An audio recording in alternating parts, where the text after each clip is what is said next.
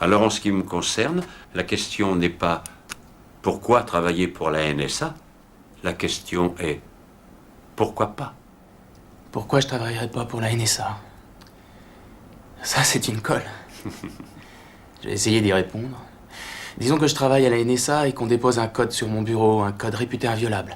Mettons que je tente ma chance et mettons que je le déchiffre. Là, je suis très content de moi parce que j'ai bien fait mon boulot. Mais c'était peut-être le code de l'emplacement d'une armée rebelle au Moyen-Orient ou en Afrique du Nord. Et une fois qu'on a repéré le lieu, on bombarde le village où les rebelles se cachent. Et 1500 personnes que j'ai jamais vues, qui ne m'ont jamais rien fait, sont tuées.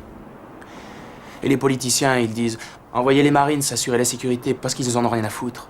C'est pas leurs gosses qu'ils envoient se faire descendre. Comme eux, ils sont jamais allés au feu parce qu'ils étaient tous planqués dans la garde nationale.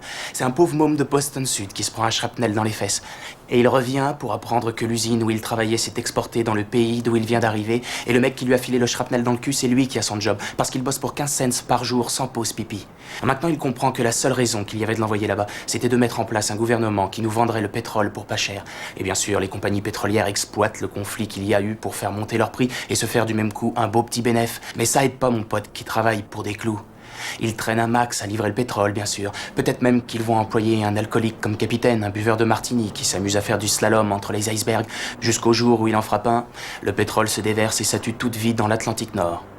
Alors là, mon pote est chômeur, il peut pas se payer de voiture et c'est à pied qu'il se cherche des jobs. Ce qui est pas marrant parce que le shrapnel qu'il a eu dans le cul lui a filé des hémorroïdes. Et puis en plus, il crève de faim parce qu'à la soupe populaire, on lui propose comme plat du jour de la morue de l'Atlantique Nord avec de l'huile de moteur.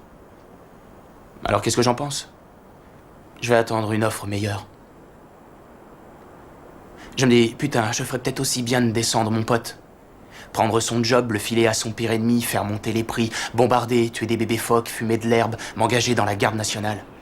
Et puis je serais peut-être élu président.